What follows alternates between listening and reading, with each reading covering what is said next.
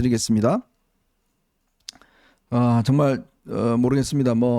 대통령이 필요한 통화는 하시지만 그래도 조금 이게 검증받은 사람들하고 좀 이렇게 통화를 하시든지 뭘 해야지, 이게 그렇지 않는 사람들하고 이렇게 많이 직접적으로 대화하다 보면 요즘은 뭐 무조건 녹취 이런 게 막 튀어나오니까요.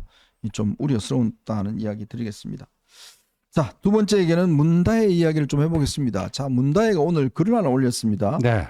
감독 혹시 그 글이 있나요? 그 요새 뭐 X에 올렸더라고요. 트위터 옛날. 네. 자, 문다혜가 이제 드디어 입을 열었습니다. 입을 열었는데 이제 더 이상 참지 않겠다. 우리는 가족 운명 공동체다. 뭐 이런 이야기를 하면서 옛날에 그 노무현 대통령이 한 이야기 있잖아요. 네. 이러면 이제 이 정도면 막가자는 거지요. 라는 이야기를 이제 반복해서 합니다. 참 문다혜도 보니까 꽤 뭐라고 그럴까요? 싸움을 좀 해보겠다는 생각이 좀 있는 것 같아요. 근데 싸움을 해보겠다고 했는데요. 진짜 저기 논리가 후져요.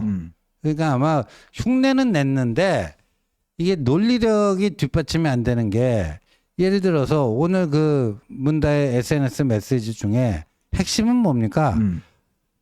우리 아빠 문재인과 딸내미 문다혜, 저 문다혜 관계는 경제 공동체가 아니고 운명 공동체입니다.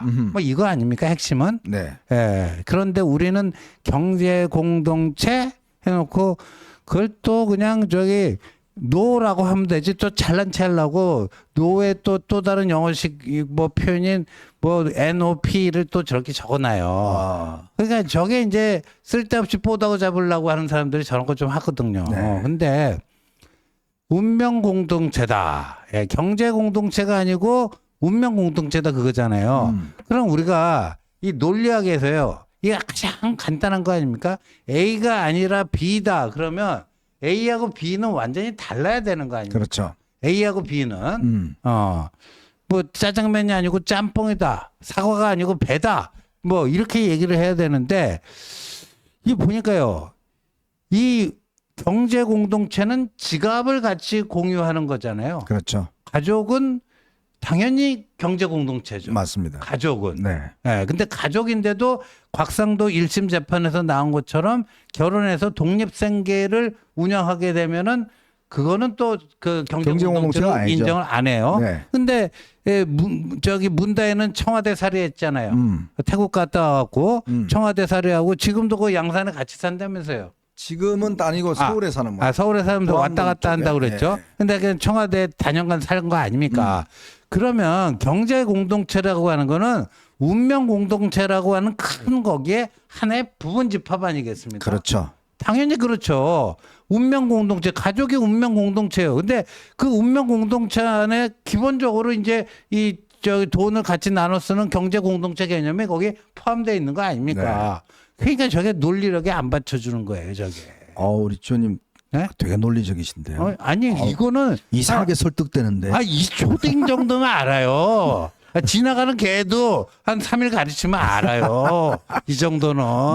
네?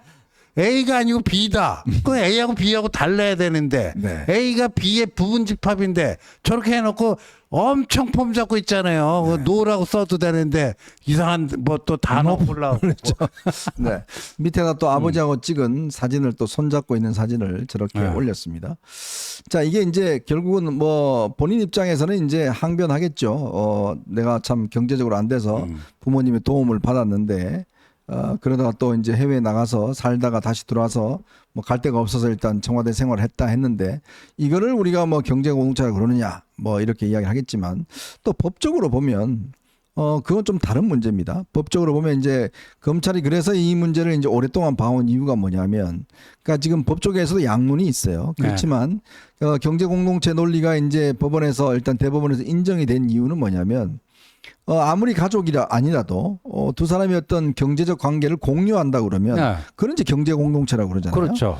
특히 이제 문다혜 씨 같은 경우는 그동안 아버지로부터 계속적으로 생활비를 보조받아 왔고, 그리고 이제 태국 갈 때만 남편이 이스타 항공으로부터 이제 돈을 받았고, 그 다음에 이제 본인이 여러 가지 또 엄마한테 5천만 원을 그냥 받았고, 뭐 그 다음에 무슨 돈으로 샀는지 모르겠지만 제주도에 있는 별장도 사고 예. 뭐 이런 것들 그렇죠. 결국 그 돈의 출처가 대부분 아버지였다면 그렇다. 그러면 이거는 그냥 가족 플러스 가족의 부분적으로 경제 공동체라고 네. 이제 인정할 수 있는 게 아니냐. 그래서 이제 제가 좀 머리가 짧아서 그랬는데 이제 좀 깨달았어요. 네. 그 운명 공동체라는 게 뭔지 아세요? 운명? 뭡니까? 같이 큰 집에 갈 운명. 네. 그런 점에서 운명 공동체를 강조한 게 아닌가. 이런 생각마저도 들어요. 네. 네? 근데 저거는 진짜 웃기고 그다음에 감독님 또 거기 아까 그 문다의 메시지 한번 띄워볼래요? 그러면서 뭐 가족을 건드리는 건 아닙니다. 가족을 건드리는 건 아닙니다. 그렇게 했잖아요. 네. 엄연히 자연인 신분이신데 이쯤 가면 막 하자는 거죠. 저건 노무현 패러디한 건데 자연인은 건드리면 안 됩니까? 근데 네. 자연인은요. 네. 그러면 그 오늘부터 경호 받지 마세요. 그러니까요. 그 경호 받지 말고 경호원들 그다음에 그 비서 3명 있죠. 네. 돈 많은 비서들 다 네. 되돌리십시오. 아, 그게 무슨 자연이에요 지금? 아니 전직 대통령 예우에 관한 법률로 경호원부터 시작해가지고 하다못해 말이에요 건강보험료 차량 유지비 뭐 1,500만 되죠. 예. 1년에 그 양산 책장수 그 유지 비용에 그 국민 혈세가 얼마나 들어가는데 제가 그때 다 뽑아놓은 거 기억했는데 지금 숫자가 바로 생각이 안 나서 그런데 그래놓고 또 저럴 때는 자연인이래요. 네. 근데 자연인은 뭐 죄 지으면 그 검찰이 건드리면 안 됩니까? 네. 저것도 논리가 안 되잖아요. 네. 그다음에 가족은 건드리는 거 아닌데 이게 무슨 얘기예요? 그러니까 가족, 그러니까 왜 내가 전직 대통령 문재인의 가족이란 이유로 자기를 건드렸다 그 얘기 아니에요. 네. 그 얘기를 쓰다가 갑자기 또 자기 아버지 엄연히 자연인 신분이신데 이게 논리가 연결이 안 되잖아요. 네. 막 끊어져요. 그래놓고 폼만 그냥 이쯤 가면 막 하자는 거죠. 자, 그런데 문재인 전 대통령이 예전에 올린 글이 하나 있습니다.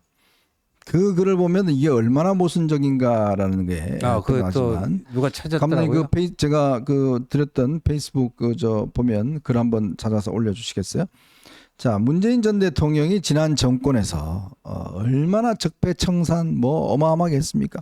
당시에 또 박근혜 대통령에 대해서 얼마나 수사받으라 특권이 없다 이런 이야기를 했습니까? 자, 그래놓고 이제 와서 자기 수사하는 거는 안 되고 자기들이 박근혜 전 대통령 수사하는 거는 그거는 괜찮다. 이런 식으로 지금 이 논리를 뒤집는 거 아니겠어요? 그러니까 우리는 건드리지 말고 나는 건드려도 되고 지금 이런 이야기를 하고 있는데 당시에 감독님 그거 한번 보실까요? 네네. 네네. 다운이 안 되는군요. 이렇게 올렸습니다. 제가 이 글을 이게 읽어드리겠습니다. 자, 이게 2016년 11월 20일에 문재인 대통령이 이렇게 이야기를 했습니다. 박근혜 대통령이 검찰을 부정하면서 검찰 조사를 거부했네요.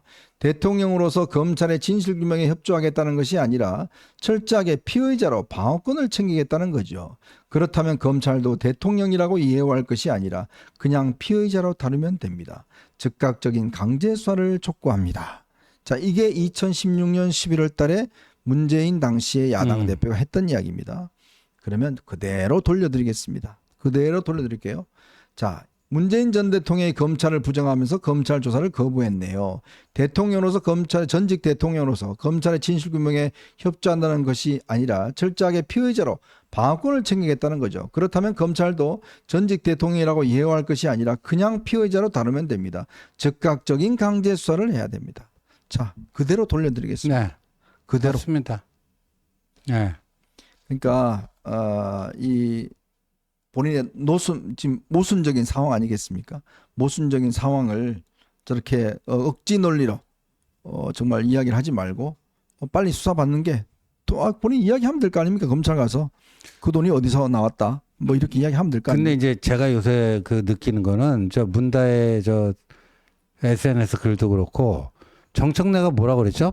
법사위원장 자리에 앉아가지고 떠든 얘기가 이거는 지금 윤석열 정권의 검찰 문재인 가족에 대한 검찰 수사는 정치 보복 수사가 아니라고 그랬어요. 배은망덕이다 그랬죠. 그러면서 이거는 깜도 안 되는 사람 서울중앙지검장 검찰총장 시켜준 거기에 대한 배은망덕이다. 그래서 폐륜 수사다. 정치 보복 수사가 아니고 폐륜 수사다. 예?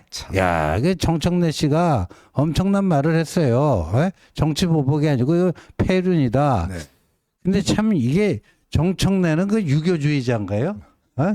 아니 성은이 망극하옵니다. 예? 전하 그때 저를 그렇게 벼슬 내려주셔갖고 이렇게 해야 되는데 거길 때려잡았다. 이 폐륜 수사다. 뭐 그런 건데 근데 보면요 지금 그 문재인 가족 그 쉴드 칠 때 보면 네. 이건 증거와 법리 증거가 안 되면 뭐 법리로라도 그 쉴드를 쳐야 될 거 아니에요. 네. 법적으로 어떻다. 근데 그 법리로 방어하는 거가 없습니다. 법리로 방어하는 게 아니라 기껏 나오는 게 뭐 가족은 건드리는 게 아니다. 뭐 이런 식의. 예. 그다음에 운명 공동체다. 그다음에 정청래처럼 말이죠. 폐륜 수사다. 이건 뭐냐? 법리적으로는 지금 대응하기 힘들게 됐다는 거를 스스로 자백하고 있는 거 아니냐? 네. 이런 생각이 듭니다. 아마 아주까리를 많이 먹어서 그럴까요? 아주까리. 네. 아주까리를 많이 먹어서 정청래가 저런 헛소리를 하는 것 같습니다.